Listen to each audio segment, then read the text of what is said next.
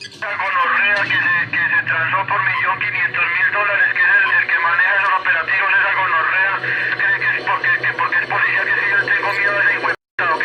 Ojalá me estuviera oyendo esa gonorrea, hijo de puta, que yo la matada, que le voy a pegar. Mándeme le decir a esa gonorrea de Coronel Martínez, que así se llama ese marica. Decirle a ese marica que no se la perdono nunca en la puta vida y que le pongo bombas en las caras de la familia, que lo acabo a esa gonorrea. Si hablamos de personajes que dejaron su huella en la historia moderna y no por las razones adecuadas, habría que hablar de Che, de Fidel Castro, de Chávez y muchos más. Ojo, algunos están en el canal ahora mismo. Pero entre estos hombres hay uno que destaca porque no fue presidente o dictador de ninguna nación, pero llegó a someter a una población a base de terror. Y a pesar del daño que llegó a causar, mucha gente todavía lo idolatra y aún décadas después de su muerte sigue siendo un referente para muchos y un personaje oscuro para otros. Darle la bienvenida a esta galaxia del Icuverso al patrón del mal, a Pablo Escobar.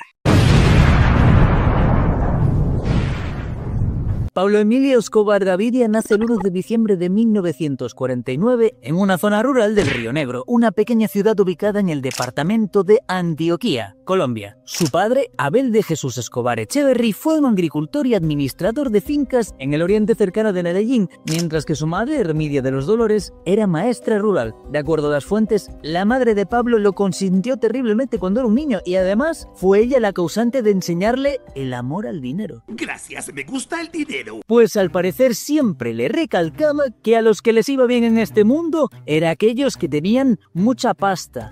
Tienes razón lo que dice. Esto llevó a Pablo desde muy pequeño a desarrollar habilidades para los negocios. Se dice que robaba naranjas de una finca y las vendía en el mercado. También compraba cómics, los cuales alquilaba a sus amigos, y luego se dice que también pues haría lo mismo con bicicletas. Sobre esos estudios hay tremendo embrollo. Es decir, Pablo estudió, pero algunas fuentes dicen que en unos colegios y otros mencionan otros nombres. Así que para evitar el no tiene ni idea, solo voy a decir que para 1969 ya había terminado bachillerato y la idea era ir a la universidad, pero esto desapareció cuando optó por algo muy de políticos: el crimen. Vaya, vaya, hijo de tu puta madre. Según su hermana Alba María Escobar, en su libro El otro Pablo, cuando este tenía 16 años, era un colombiano cualquiera que empezó a robar y que poco a poco empezó a adentrarse en este mundo. Muchos han hablado de si Pablo Escobar empezó robando lápidas de mármol junto con uno de sus primos para después revenderlas, pero se cree que esto es parte del mito. La versión más realista, y que su propia hermana apoya, es que para finales de la década de 1960, Pablo, junto con su primo Gustavo, comenzaron a robar coches para vender las piezas en el mercado negro, pero su astucia lo llevó a algo mejor. Ofrecía algo así como un seguro para tu coche, en el que las personas tenían que pagarle a él para que no lo robaran. Esto, junto a otras movidas, lo hizo ir adquiriendo una fama en los bajos fondos de Medellín, pero lejísimos de la que se haría con los años. Ya para 1974, Pablo era un gatillero, que no es otra cosa que un sicario, al tiempo que empezaba a trabajar con Alfredo López, mejor conocido como Don Capone, un contrabandista conocido por el contrabando de cigarrillos Marlboro colombiano, a quien Pablo le prestaría sus servicios durante un tiempo. Pablo y su primo Gustavo harían funciones de escolta de Don Capone, pero este, viendo las habilidades de Pablo, los promovió de sus cargos para ahora ser sus socios. Capitalismo, ahorro y trabajo duro, no hay otra cosa. Ese mismo año tuvieron su primer problema con la ley, después de que un abogado llamado Guillermo García formulase una denuncia por el robo de su coche Renault Ford. Este vio el número de la matrícula donde se encontraban los que habían robado el suyo, y luego de formular la denuncia, pues este coche se encontró. ¿Y quién lo estaba conduciendo? Pablo. Pero él decía que se lo había dejado Mamiro. Todo esto llevó a un proceso en el que habría 2 testigos en su contra, y de manera muy repentina y para nada sospechosa, a uno de ellos se le acabaron los problemas de migrañas porque le volaron la cabeza, y el otro le dieron una paliza que lo mató. Sutil. Convenientemente y sin testigos, sería puesto en libertad después de pagar una fianza. El 29 de marzo del 76 se casa con María Victoria, la Tata. La Tata tenía 15 años y él 27. That's fucking illegal. Del matrimonio nacieron Juan Pablo Escobar y Manuela Escobar. Y sí, sé que es una movida muy turbia la cosa de la edad, pero ¿quién le iba a decir algo? Ese mismo año, pese a tener buena relación con Capone, decidieron trabajar de forma independiente, porque este no estaba muy de acuerdo con el nuevo negocio que planeaba Escobar: mover cocaína. A Don Capone le parecía que la cocaína era un mal negocio por los grandes riesgos que podía traer, pero Pablo lo que vio era un gran potencial, un gran emprendedor. Técnicamente no empezó con la coca, empezó moviendo hierba, María. Pero dado que el margen de ganancia no era tan grande y que el transporte requerido para la María era mucho mayor que para la coca, finalmente da el paso al material más fuerte. Y si te ofrecen droga, simplemente di no. Al principio todo estaba un poco desorganizado y Pablo solamente era el intermediario, compraba a los productores y la vendía a los traficantes, pero había algo que le daba ventaja sobre los otros narcotraficantes: la facilidad que tenía para matar y torturar, demostrando que no le suponía demasiado problema eliminar a cualquiera que intentase sabotear su negocio. Y decirle que si esos dos muchachos me aparecen muertos, que le mato la mamá y los primos y hasta el hijueputa ese marica cree que es porque es policía, que si yo tengo miedo a ese hijueputa, ¿ok? Poco a poco fue acabando con cada uno de los otros intermediarios para quedarse él con el control absoluto y la distribución dentro del país, y después empezaría con la exportación de coca a los Estados Unidos, fundando para este fin, junto a su primo Gustavo, Gonzalo Rodríguez, Carlos Lede, Jorge Luis Ochoa y sus hermanos Fabio y Juan David, el famoso Cártel de Medellín. En mayo de 1976, Pablo y algunos de sus socios fueron arrestados mientras transportaban 18 kilos de coca destino Medellín. Pero al verse entre la espada y la pared, Pablo tenía solo una opción: sobornar a los policías. Esto no funcionó, así que solo le quedaba una opción: sobornar a los jueces. Pero los jueces tampoco aceptaron. Así que en vista de que la plata no funcionó, probó con el plomo e hizo desaparecer a los testigos, que en este caso eran 2 policías. Tiempo después, una jueza intentó reabrir el caso, pero le mandaron decir que si seguía con él, le darían un pasaje de ida sin retorno al más allá, así que tampoco siguió adelante. Y le vamos a meter 500 tiros. Pablo estaba lanzando un mensaje a todo el mundo: si intentas detenerme, yo voy a acabar contigo. En 1977, su hermano Luis murió en un accidente de tráfico. ¡Se murió! En 1978, uno de sus socios, Carlos Leder, empezó a comprar propiedades, y una fue un pequeño cayo en las Bahamas, donde se le ocurrió la idea para contrabandear a través de pistas que creó allí que servirían para transbordar la mercancía, ya que llegaban en grandes aviones y de ahí era distribuida en pequeñas avionetas para Estados Unidos y así pasar más desapercibidos.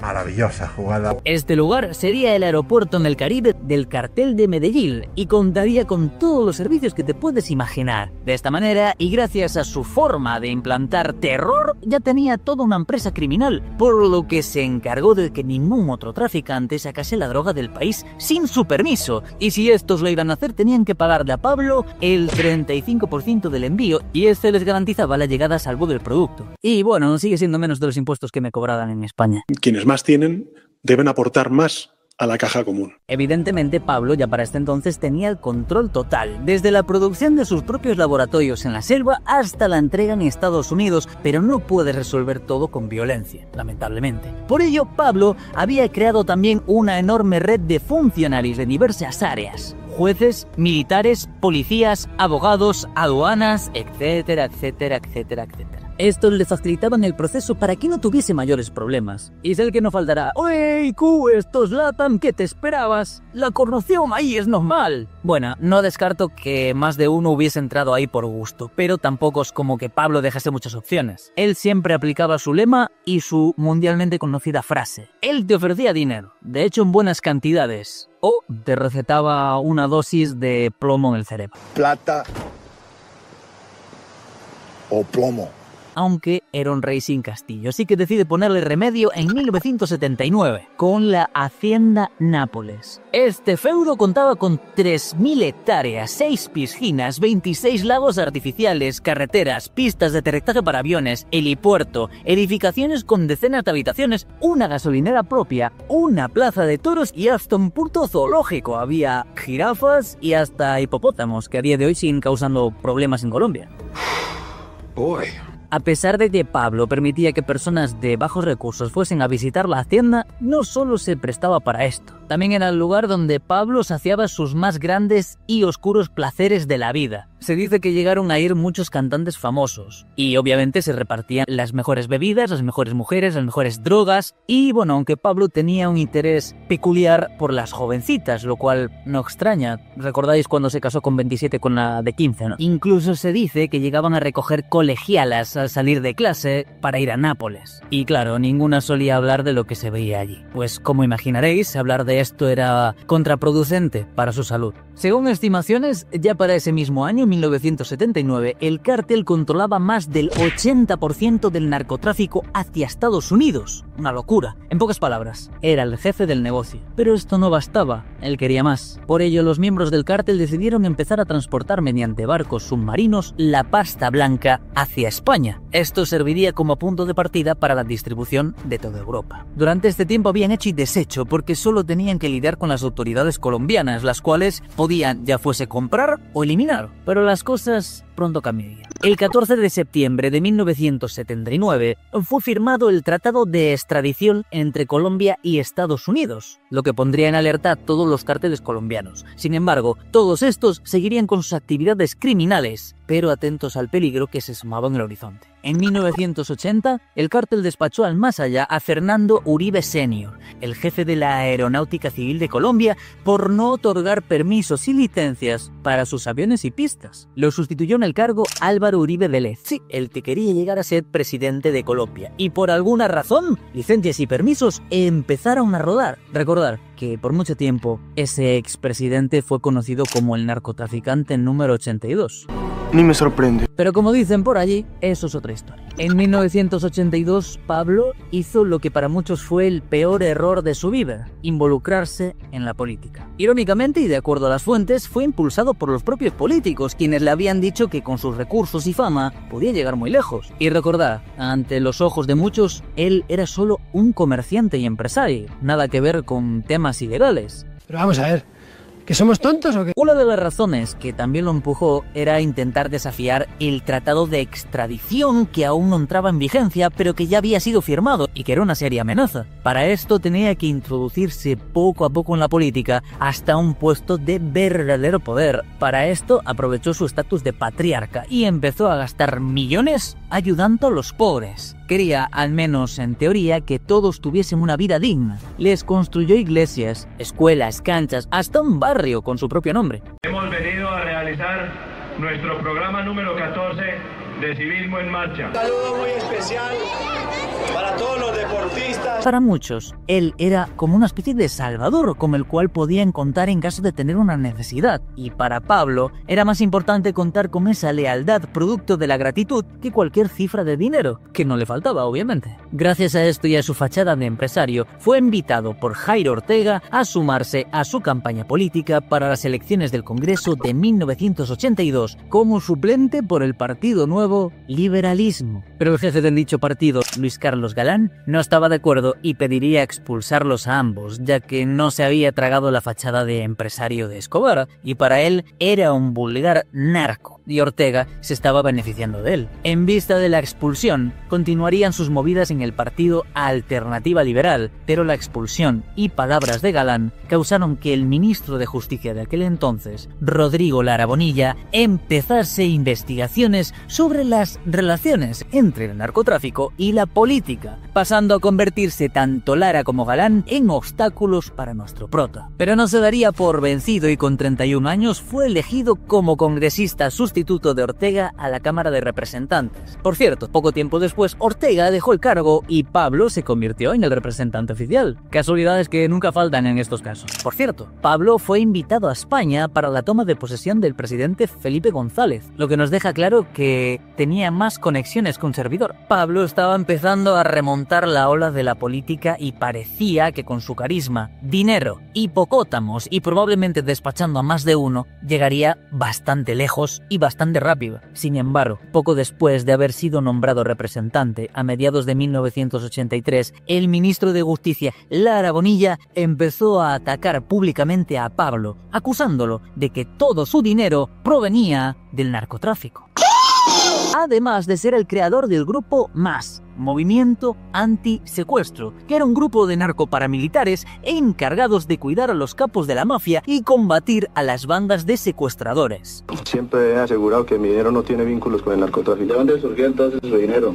En Antioquia todos conocen las inversiones en el campo de la industria, en el campo de la ganadería y en el campo de la construcción. También Lara Bonilla sacó a relucir el caso de 1976, donde Pablo estuvo involucrado en el cargamento de droga, y también los medios que usó para no ser culpado en ese entonces. A pesar de que Pablo Escobar intentó luchar contra el ministro, el 20 de enero de 1984 se vio obligado a abandonar el cargo al ver que ya su nombre no era conocido por ser un empresario, sino que estaba siendo expuesto ante el mundo entero como lo que realmente era, un narco. Este momento de su vida marca sin duda un punto de inflexión, pues no hubo dinero, ni influencia, ni miedo que pudiese evitar su derrota, por llamarlo de alguna forma. Pero el patrón no dejaría pasar la humillación pública. La batalla entre el gobierno y los cárteles había comenzado. El 7 de marzo del 84, el primer golpe lo daría el ministro Lara al desmantelarse un gran laboratorio de sustancias llamado Tranquilandia. Este era el más grande de todo el continente y estaba ubicado en Los Llanos, entre el río Yari, Caquetá y Meta. Esto terminaría provocando pérdidas millonarias para el cártel. Así que Pablo, recaliente por la humillación y ahora con esta movida, ordenó darle un pasaje al cielo al ministro Lara. El 20 de abril, dos hombres en una moto con un arma automática y mientras el coche de Lara Bonilla se encontraba parado en un semáforo, llegaron y le abrieron los poros de la piel a balazos. Obviamente, para la gran mayoría del país y del resto de autoridades, estaba claro que Escobar estaba tras la muerte del ministro y ahora sí entraban en guerra abierta. Pues una cosa es despachar a algún policía o funcionario de bajo o medio rango, y más en aquella época, pero atacar al ministro de Justicia era apuntar a lo más alto. Poco a poco ya no se hablaba de narcotráfico, sino de narcoterrorismo, actividades criminales que buscaban sembrar el terror financiadas con dinero del tráfico de sustancias. Ya el narcotráfico en Colombia tenía casi el control de todo el país. Tenían ejércitos privados, grandes extensiones de tierras, negocios y contaban con varios mercados, incluyendo el de las esmeraldas. El entonces presidente de Colombia, Belisario Betancourt, quien no estaba de acuerdo con la extradición, se motivó a firmar la ley con el asesinato del ministro y con esto empezaron los operativos masivos para buscar a los integrantes del cártel de Medellín. Sí, claro. En respuesta a los tratados, el cártel empezó a azotar al país usando los famosos coches bomba, para los que por cierto aprendió del grupo terrorista de España, ETA, explotando uno a la semana. Los integrantes del cártel y sus familias se fueron a Panamá para refugiarse y de allí surgieron también los famosos Diálogos de Panamá. El 4 de mayo de 1984, Pablo y algunos de sus socios se reúnen con el expresidente colombiano Alfonso López en el Hotel Marriott de Panamá para hablar e intentar llegar a un acuerdo. Pablo ofrecía entregarse, él y sus socios, también las ubicaciones de sus laboratorios y las rutas de tráfico con Estados Unidos con tal de simplemente no ser extraditados. Y tras varias reuniones y cuando parecía que todo iba a salir bien, se filtró a la prensa la información y se tomó un escándalo que obligó al gobierno colombiano a negar dichos acuerdos y todo se fue a la mierda. Esto para Pablo sería una humillación más y como era de esperar, las cosas se pusieron todavía peor. ¡Ay, vamos a morir! Al regresar al país lograron establecer nuevas rutas de narcotráfico hacia Nicaragua y Cuba, pero Pablo estaba más centrado en la guerra contra el gobierno, lo que empezaba a crear diferencias entre sus socios, quienes para ese momento eran ya denominados como los extraditables. En noviembre de 1984 estalla otro coche bomba, solo que esta vez en la Embajada de Estados Unidos en Bogotá, provocando la muerte de una persona. Pero esto no sería todo. Pablo empezaría conversaciones con el M-19, el segundo grupo paramilitar más grande de Colombia de aquellos años, solo por detrás de las FARC. Comenzó a financiarlos y el 6 de noviembre de 1985 sucedió uno de los actos más recordados de Colombia: el ataque al Palacio de Justicia. Los guerrilleros, quienes estaban armados con ametralladoras y fusiles, abrieron fuego para tomar el palacio y se hicieron con alrededor de 300 rehenes, pero el ejército respondió también de la misma forma y empezaron a llegar tanques y grupos de operaciones especiales.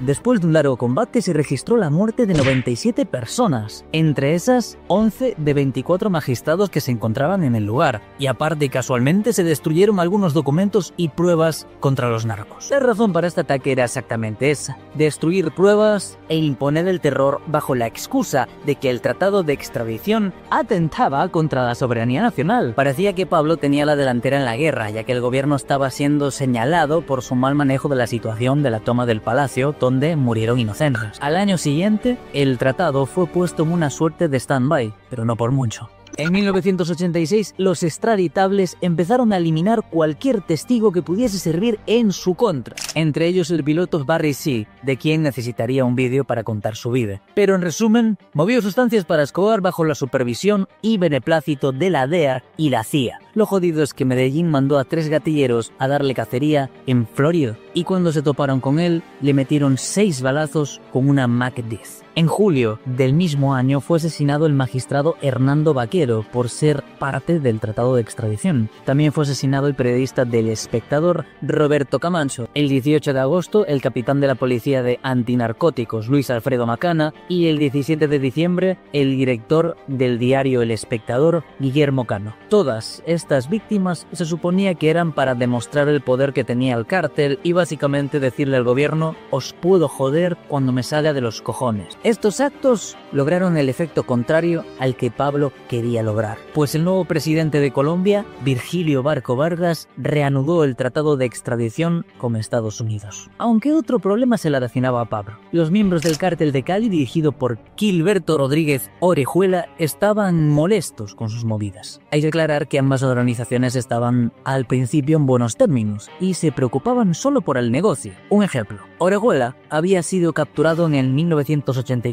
con su socio Jorge Luis Ochoa aquí en España, y se esperaba que fuesen enviados a Estados Unidos. Pero al parecer, con la ayuda de Pablo, mucha pasta y corrupción de por medio, se logró que fuese deportado a Colombia, donde pasó por prisión de forma protocolaria porque su sentencia fue de risa. Pero esa buena relación entre grupos se fue a la mierda y todo depende de la fuentecita. Según algunas, los de Cali reclamaron que debía dejar su guerra contra el gobierno, pues esto traía muchos problemas, y que aparte ellos ya le habían dicho que eso de mandar con San Pedro al ministro de Justicia era una mala idea. Esta diferencia de puntos de vista rompió la paz y entendimiento entre ambos, e inició una guerra entre cárteles. Según otras fuentes, y de hecho la más sonada y reflejada en series y películas, el problema empezó entre ambos cárteles por un problema de faldas. Sí, a lo Troya. Según esta teoría, Pablo le habría pedido a Gilberto enviarle o despachar ellos mismos a Alejo Piña, quien se había metido con la mujer de uno de los integrantes del cártel de Medellín, llamado Jorge el Negro Pagón. Pero desde Cali se negaron a enviarlo o a acabar con él ellos mismos, y aparte dieron el aviso a Pacho Herrera, quien era el jefe directo de Piña. Y en un mundo donde la lealtad tiene un peso enorme, tanto Escobar como Herrera estaban dispuestos a hacer correr sangre por aquellos que se jugaban la vida por ellos. La cosa es que Pablo cumplió con Pagón, pues Piña fue secuestrado y mandado con San Pedro, y eso fue suficiente para hacer estallar la llamada guerra entre los cárteles. En noviembre de 1987 fue capturado Jorge Luis Ochoa, socio de Pablo. Esto al parecer fue porque el cártel de Cali lo había delatado, aunque poco tiempo después saldría en libertad. Días antes había caído un cargamento de droga en Estados Unidos del cártel de Medellín y, según dicen, delatado por el cartel de Cali nuevamente. En diciembre fue asesinado Rafael Cardo Salazar, quien era organizador del cártel de Medellín en Estados Unidos. Sin duda, el cártel de Cali no tenía intenciones de cesar sus ataques contra Pablo, y lo seguirían demostrando. El 13 de enero de 1988 atentaron contra la familia de Pablo, que se encontraban en el edificio Mónaco, que era de su propiedad. Esto cuando hicieron explotar 80 kilos de dinamita dentro de un campero Toyota. Murieron 3 personas y 10 más resultaron heridas leves. Como era de esperarse, Pablo no iba a permitir que esto siguiese pasando y ordenó distribuir más de 50 bombas por todo Cali, específicamente en las propiedades de los Rodríguez Orejuela. Y esto provocó múltiples enfrentamientos entre bandas. Se registraron aproximadamente 40 enfrentamientos entre pandillas de ambos bandos, con daños colaterales, es decir, muertes de inocentes. A finales de agosto, en Nueva York, se decomisarían 2 toneladas de cocaína del cártel de Cali, y esto no sería casualidad, pues al parecer ambos cárteles cooperaban con las autoridades para delatarse los movimientos. Una locura. Después de un tiempo se intentó llegar a un acuerdo de paz, pero este falló y siguió la persecución entre ambos grupos, llegando hasta, según las fuentes, contratar profesionales en espionaje. Y mientras esto ocurría, Pablo seguía siendo el hombre más buscado de Colombia y tenía que estar escondiéndose en diferentes lugares. Y algo que le daba ventaja es que las personas, gracias al cariño que le tenían por sus colaboraciones y ayudas económicas, siempre lo alertaban cuando alguien venía por él o veían alguna movida de la policía o algo raro. Aunado a eso, se dice que Pablo contribuyó significativamente con el equipo de fútbol Atlético Nacional, ya que pasaron de ser un equipo de tabla media en la liga a ser el primer equipo colombiano en ganar la Copa Libertadores. Civismo en marcha y el señor Pablo Escobar Gaviria, con la presencia de las principales autoridades de esta localidad y la actuación del cuadro Atlético Nacional. ¡Viva Pablo Escobar Gaviria! Esta es la obra de Civismo en marcha de Pablo Escobar Gaviria, es el hombre del pueblo, el líder del pueblo, el hombre que está por el pueblo nuestro. La ideología principal de nuestro movimiento es civismo, nacionalismo, programas sociales, ecológicos y deportivos. Esto le traería muchos más seguidores a Pablo y también le permitió lavar mucha pasta. ¡No te lo puedo creer! Según estimaciones para estos años, Pablito y sus socios estaban exportando más de una docena de toneladas de coca que generaban ingresos de aproximadamente 70 millones de dólares al día. No es suficiente. Creo que no es suficiente, quiero más. A partir de julio de 1988 se inició por parte del secretario general Germán Montoya otro intento de mediación con los extraditables mediante una ley de indulto, pero desde la tierra del tío Sam presionaron para que esta movida no se llevase a cabo, por lo que las muertes, lamentablemente, continuarían. Pablo intenta secuestrar a Pacho Herrera en diciembre de 1988, pero logra salir ileso. El caos abundaba en el país y Medellín era catalogada la ciudad más peligrosa para vivir en el mundo, no por su alto índice de criminalidad, sino de terrorismo. El 23 de noviembre de 1989 fue allanada la hacienda El Oro, donde se encontraban Pablo y Jorge Ochoa. Ambos pudieron escapar, pero murió en el enfrentamiento su cuñado y arrestaron a 55 de sus hombres. 4 días después, el vuelo 202 de la aerolínea Avianca que cubría la ruta Bogotá-Cali explotó en el aire dejando un saldo de 107 muertos y todo esto para acabar con el candidato César Gaviria, quien era el sucesor de Carlos Galán, pero él ni siquiera había tomado el vuelo. Solo 2 semanas después, un camión bomba con media tonelada de dinamita explotó fuera del edificio del Departamento Administrativo de Seguridad, DAS. Su objetivo era asesinar al general Miguel Márquez, pero el atentado nuevamente falló con su blanco, aunque dejó un saldo de 63 víctimas y más de 2.000 heridos. El hombre al que en Medellín idolatraban y que proveía el vicio de millones de personas en el mundo, era ahora un asesino en masa. Las autoridades arreciaron en su búsqueda y empezaron a confiscar propiedades que se creyese que fuesen de su pertenencia o de sus asociados, que pagaron los platos rotos con él. El 15 de diciembre de ese mismo año, lograron abatir a Gonzalo Rodríguez Gacha, quien en ese momento era el segundo al mando del cartel de Medellín. Golpe bastante duro para Escobar, pues aparte de ser su segundo al mando, era quien llevaba las llamadas operaciones militares del cartel. En 1990, la revista Forbes catalogó a Pablo como una de las personas más ricas del mundo, con un valor de 3.000 millones de dólares. Pero no solo estaba en esa lista, sino también en la lista de los narcotraficantes más buscados del mundo, y no era para menos. Era quizá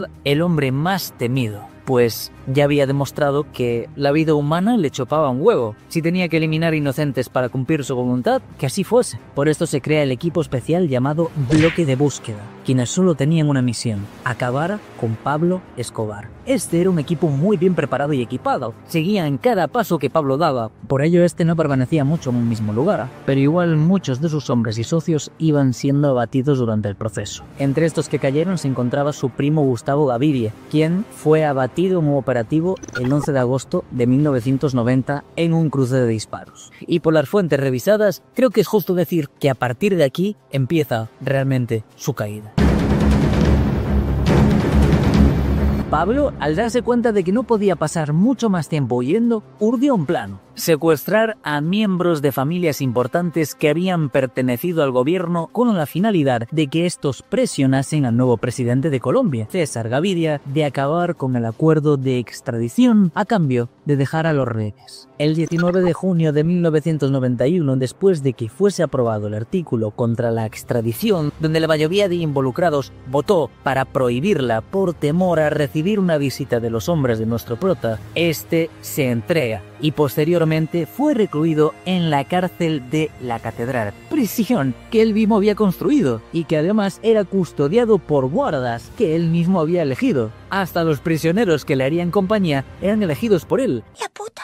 Todo esto bajo el pretexto público de que si terminaba en una cárcel, correría peligro. Normalmente, cualquier gobierno lo mandaría a tomar por el culo, pero Pablo se estaba entregando y habría un alto a las matanzas, por lo que optaron por permitir semejante insulto. A decir verdad, estar encerrado en la cárcel parecía más como estar de vacaciones. Era otro pequeño paraíso. Tenía sitio donde hacer deporte, discoteca rodeado de sus amigos y socios, una locura. Bueno, la unidad de bloque tenía prohibido acercarse, y Pablo salía y entraba cuando le daba la gana. Este, a pesar de estar encarcelado, seguía dirigiendo sus operaciones mediante 2 socios más. Definitivamente todo era un teatro, pero había algo que sí había funcionado. El terror en las calles había parado. Pero el cártel de Cali todavía estaba al acecho e intentaron un ataque mediante un avión A-37 Dragonfly, pero fallaron. Pablo estaba en prisión, pero su mente le empezaba a pasar factura también. Se estaba saliendo de control. Escuchó rumores que miembros del cártel aprovecharon que él estaba en la cárcel para robarle, y este los mandó a buscar para torturarlos dentro de la misma cárcel. La información rápidamente voló, y el 22 de julio de 1992, el gobierno tomó la decisión de trasladar a Pablo a una cárcel de verdad, pero este sobornó a una patrulla de policías y se fue a tomar por culo. Sin embargo, esto de matar a peña del propio cártel solo por rumores provocó la división total entre los demás miembros del cártel y él, quienes buscaron apoyarse curiosamente en el cártel de Cali. Pablo estaba libre, pero no solo tenía el cártel de Cali y el gobierno en su contra, también tenía a sus antiguos socios. Esto lo motivó a intentar llegar a otro acuerdo con el gobierno, pero se llevó una amarga sorpresa. El gobierno ya no estaba dispuesto a llegar a ningún tipo de acuerdo.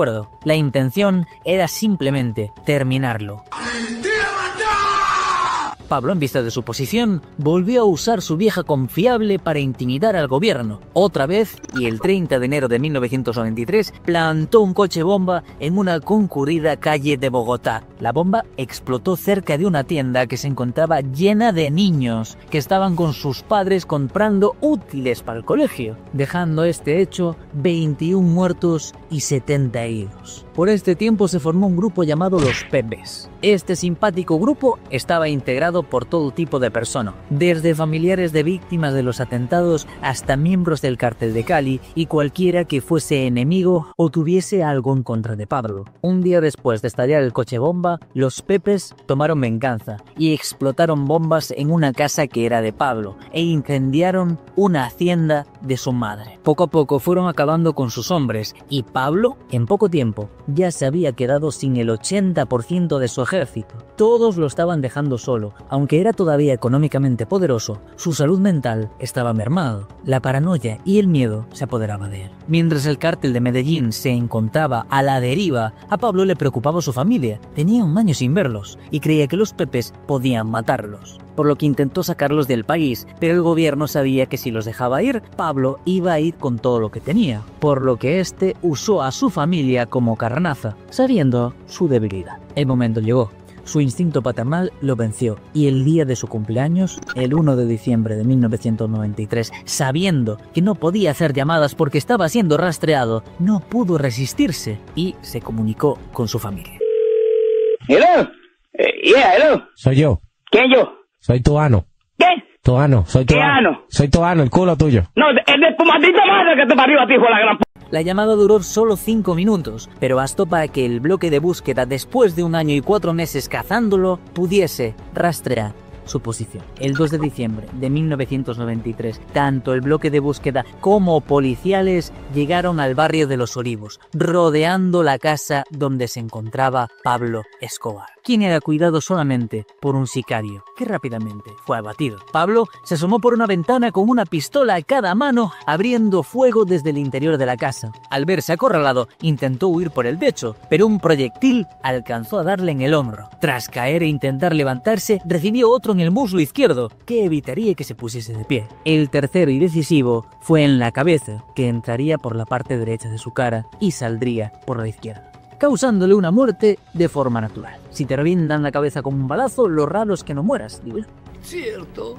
Este último disparo causó algo de polémica porque los integrantes del bloque negaron haber ejecutado dicho disparo y dijeron que posiblemente Pablo se suicidó al momento de no poder levantarse nuevamente. Otros conspiranoicos dicen que fue un francotirador de los Pérez, otro que sí fue Carlos Castaño, jefe paramilitar con el que Pablo tenía líos, en fin, que se fue a rendir cuentas con el barbudo. Mi padre siempre me dijo que tenía 15 tiros en su pistola y me dijo 14 son para mis enemigos y el último para mí. Mientras miles de personas salían a celebrar la muerte de Pablo, otros, por supuesto, salieron a despedirlo. Pero esto no quedaba aquí. Después de su muerte había que saldar muchas cuentas. Y a su esposa y a su hijo les tocó reunirse con los enemigos de su padre para saldar cuentas. Todo indicaba que a Juan Pablo Escobar, hijo de nuestro prota, también lo matarían por haber dicho en una llamada que seguiría con el legado de su padre. Pero no tenía otra opción. Tenía que ir, hablar con ellos y aceptar su destino.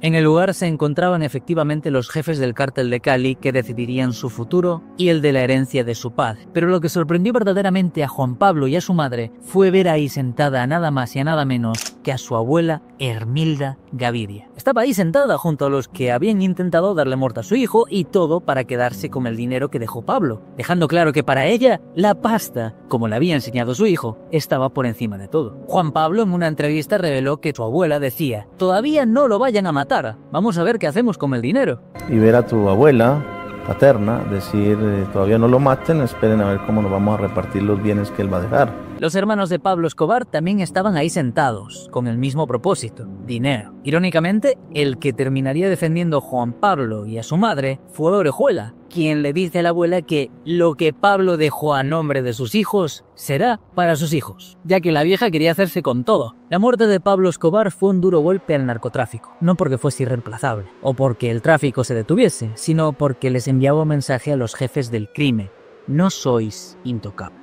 Esta historia no la traigo para enaltecer su vida criminal, todo lo contrario. Quiero que os quedéis con el hecho de que a pesar de su dinero, toda la pasta que consiguió, todo lo que hizo, terminó solo, abandonado, paranoico, tiroteado a 3 metros bajo tierra y con su madre tratando de evitar que matasen a su nieto antes de que ella pudiese hacerse con todo el dinero de Pablo. Gracias por estar ahí, Sande. Nos vemos en la próxima. Y Pablo Escobar era un gran mafioso. Yo lo respetaba y lo admiraba, porque es el único hombre en mi vida que ya estamos acorralados, que nos van a dar de baja, y lo he mirado a los ojos y no tiene miedo, tiene una sonrisa en sus labios, le fascinaba el peligro. Y el patrón ya me había advertido que no hiciera contacto visual con ellos, no que los mirara así, así a grosso modo. Cuando me dijo: ¿qué hubo, Pope? ¿Estamos asustados o qué? Y entonces venga, yo le toco el corazón mío a millón, porque ya estaba listo, era para la pelea y para hacernos moler ahí. Y le tóqueme el corazón a mí. Se lo toqué. Bueno. Y me dijo: escupa. Yo di: ¿a dónde? Y él llegó. Estaba enterito. Me dijo: ¿ya ve cómo se maneja el miedo?